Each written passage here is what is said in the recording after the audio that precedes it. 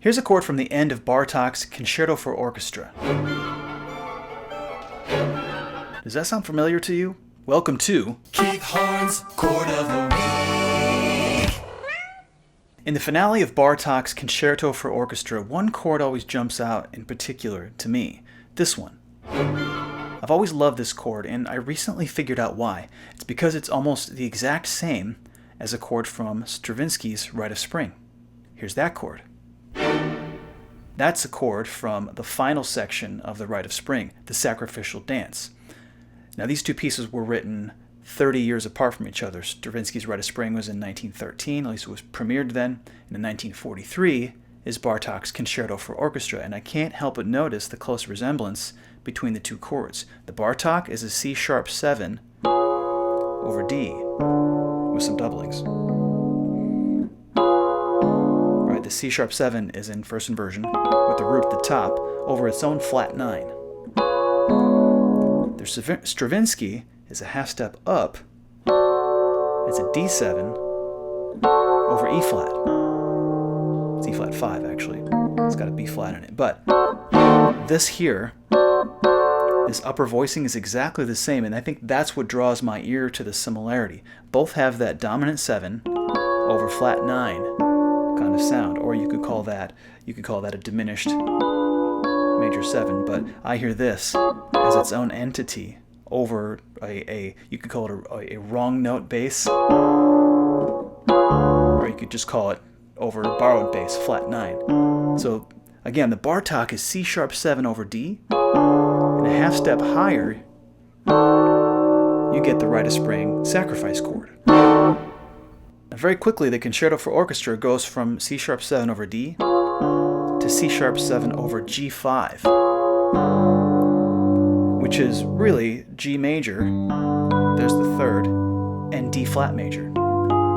And if we condense those together, we get this. G, D flat, a tritone apart from each other, which is also the same exact chord construction as Stravinsky's Petrushka chord, which is F sharp over C. Take it down a fourth, D flat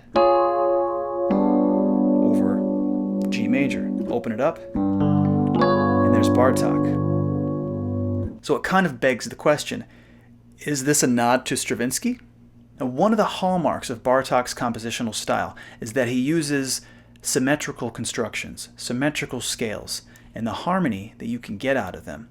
Like, for example, the octatonic scale, the half-step, whole-step octatonic scale, or also known as the diminished scale, one of two diminished scales, like this. And from that scale, you can get F sharp over C sharp, or over C, F sharp over C.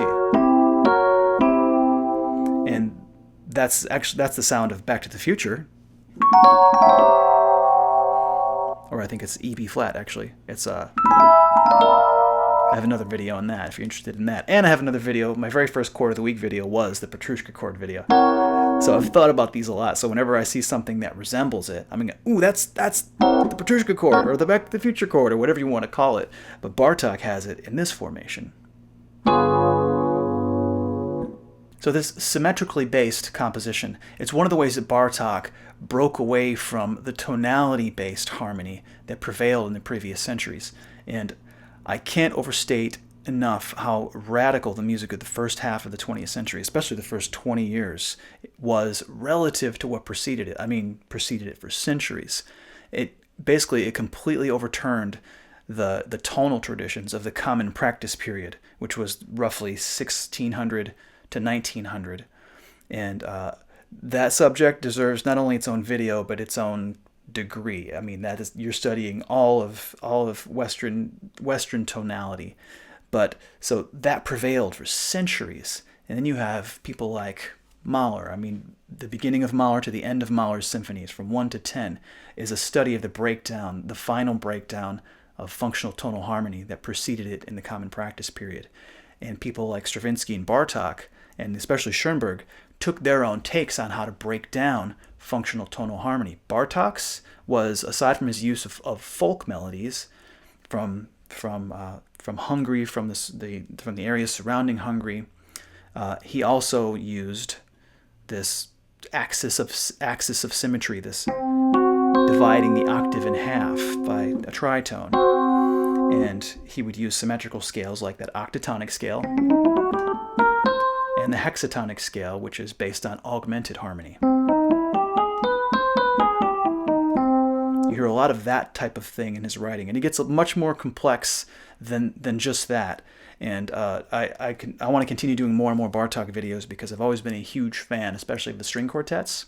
But this one chord in particular, this guy right here, also known as the second iteration of it, the second version of it, always jumps out at me as something that I just love. And it's because, full disclosure, it's because of how much I love Stravinsky. And I hear it and I go, oh, that sounds like Stravinsky. So I suppose in my own nerdy way, it's really fun to draw those parallels. Now, I'm sure that Bartok was aware that this chord sounded like the chord in the Rite of Spring, but I doubt he was nodding to Stravinsky here. I think it's more likely that he arrived at this voicing because of his proclivity to use symmetry in his writing, symmetrically based harmony. Either way, it's really fun to draw parallels between these two monster pieces of orchestral music of the 20th century and two of the great masters of that medium. Yeah. Who this? This beat. Yo, who this? Yo, who this? Who this?